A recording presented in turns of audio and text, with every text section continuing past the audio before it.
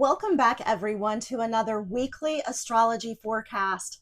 I'm intuitive astrologer Brandy Kahn, and I'm happy to have you here. The cosmos is speaking loudly this week, and the energy is shifting in ways that might really rev up your emotions, awaken new insights, or push you toward transformation. In today's forecast, I'm going to guide you through the planetary movements and share how you can work with them intuitively. So you're not just reacting to the energy, but you are truly co-creating with the energy. But before we jump in, don't forget to like, subscribe, and hit the notification bell so you never miss an update. Now it's time to get comfortable and grab your favorite drink. And before we hit the transits, let's take a moment and chat about the astrology from earlier this week, from the Super Bowl halftime performance last weekend. Kendrick Lamar was the entertainer for the halftime show, and some people absolutely loved it, and some people did not love it so much. The show included a lot of symbolism, and there were hidden meanings about issues that African Americans in the United States face on a daily basis. Now, many people were left asking the question, why would Kendrick Lamar use that platform at that point in time to make such a statement? And I was wondering the same thing as well. So I looked up his natal chart, and I was not surprised to see that Kendrick Lamar's natal sun is opposite his natal Uranus. And when I saw that, everything really made sense to me, because Sun Uranus people are here as change agents. They tend to be fiercely independent, and they are not here to conform to anyone else's expectations of them. And many times, Sun Uranus people are known as revolutionaries because they bring attention to things that need to be changed within our society. So once you understand that, it's a lot easier to kind of grasp why he felt drawn to send the messaging that he did during his halftime performance last weekend. So now let's jump into our transits for this week. On Tuesday, February 18th, the sun is going to move into the water sign of Pisces. And this is going to be a total energy shift because we're moving into the energy of Pisces. So let me take a quick moment just to talk about Pisces as a sign, okay? So Pisces is a water sign. So that means the emotions and intuition are very much emphasized. And it's also a mutable sign as well, so flexibility is important. But when it comes to the spectrum of expression for the sign of Pisces, at the highest end, we have behavior that is compassionate and loving and healing, creative, spiritually connected, and very aware, okay? But at the lowest end of expression, Pisces can be very delusional. Pisces may lack clarity. Pisces may be dreaming and escaping reality and very prone to distort the truth.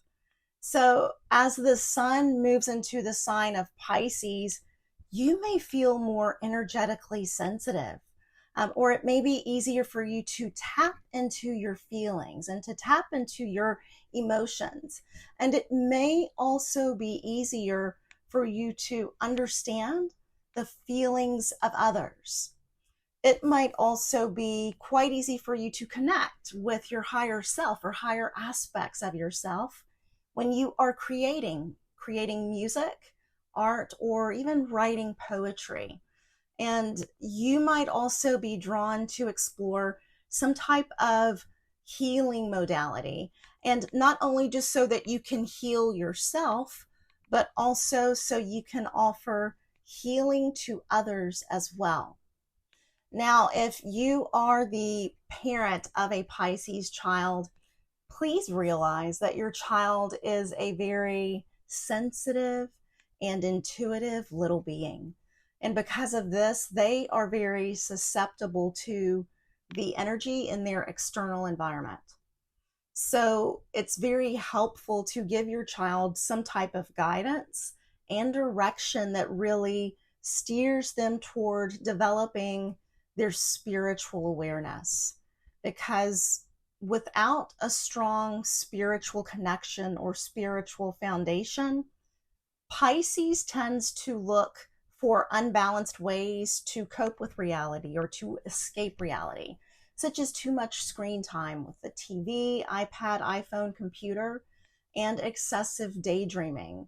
Now, adults with strong Pisces placements may tend to escape through over drinking or overeating, overspending, or over medicating. All right, so keep that in mind. Pisces rules the feet, so make sure that you are taking good care of this area of the body when it comes to your child, parents, okay? Make sure they have well-fitting shoes that really support them, and also perform regular checkups for cuts, blisters, bruises, or anything else that may need attention. Now, on Thursday, February 20th, we will have Mercury at 11 degrees of Pisces, squaring Jupiter at 11 degrees of Gemini. And I'm going to paint a picture for you so that you can really tap into the energy of this situation and feel it. So when we have Mercury, the planet of communication, in the sign of Pisces, he's very relaxed, he's dreamy, he's not so concerned with facts and figures. And on some level, he may feel as if he lacks clarity and direction. And when we have Jupiter, Jupiter is the planet of growth, abundance, expansion. In the air sign of Gemini, Jupiter is very concerned with learning lots of facts and figures and with communicating, okay? So you can feel that these two are at odds with each other energetically. Mercury really wants to dive into a deep, elusive place, but Gemini is very happy to stay on the surface. So I really want you to honor the energy of Mercury to go deep and set the intention to use Jupiter's energy to really facilitate that deep dive into your dreams and into understanding your emotions and the emotions of others. Please keep in mind that Mercury in Pisces can feel unsure, and Mercury can feel uncertain about which direction he wants to go. And he may feel that it's hard also to find words to communicate. And his connection to Jupiter during this time can make these feelings of uncertainty even stronger, okay? So set the intention to use Jupiter's energy to really expand your spiritual awareness and to expand your creativity. Refrain from using Jupiter's energy to expand delusional thinking or any untruths about who you are, or his need to tell you that you should escape reality in some way. And during this time also, so around February 20th, be very careful when it comes to signing contracts. And if you have to sign a contract, really read the fine print and make sure you understand what you are agreeing to. And next, on Sunday, February 23rd, we will have Mercury at 17 degrees of Pisces, trining Mars at 17 degrees of Cancer. So again, Mercury in Pisces is the planet of communication in the dreamy, sensitive waters of Pisces. And Mercury is being supported by Mars, the planet of energy and action in the nurturing waters of Cancer.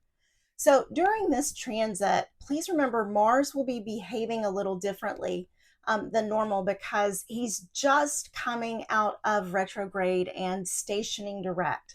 So his motor is not fully going yet, But with this transit, it may feel like there's a sizzle of energy underneath, and you may feel like you can actually do something with the ideas or dreams that you have. So you might receive ideas about how to implement your plans or implement your dreams once Mars begins to really move forward. And finally, on Sunday, February 23rd, Mars comes out of retrograde and stations direct at 17 degrees of Cancer. So Mars has been retrograde since December 6th, 2024, and he's getting ready to move forward once again. And I'm not really sure about you guys, but I've really felt this retrograde pretty deeply because Mars was directly impacting one of my natal planets. And it has felt like someone turned a motor off and everything came to a standstill. I also noticed that it has taken me much longer to get things done, and I've had to redo a lot of projects. So to say that I'm ready for Mars to station direct and move forward is an understatement. But remember, Mars coming out of retrograde is not ready to blast off right away. Think about think about a car that has been sitting out in freezing temperatures overnight. So you get into the car, you crank the car, you turn it on, and then you turn on the heat, and now you notice that you don't get heat right away. You're going to get cool air because it's going to take a minute for the car to warm up. And it's the same way with Mars coming out of retrograde. Over a period of time, though, his energy will grow stronger and stronger for you to use and tap into and to really move forward with your plans. And that wraps up this week's astrology forecast. Thanks so much for joining me. Remember, the planets set the stage, but you are the one who is writing your story. So use these transits as a guide to navigate your week with awareness and with intention. And if this message resonated for you, please let me know in the comments. I'd love to hear how these energies are showing up for you. And if you have not already, please don't forget to like, subscribe, and hit the notification bell so that you never miss an update. Here's to wishing you a week of alignment and flow. See you next time.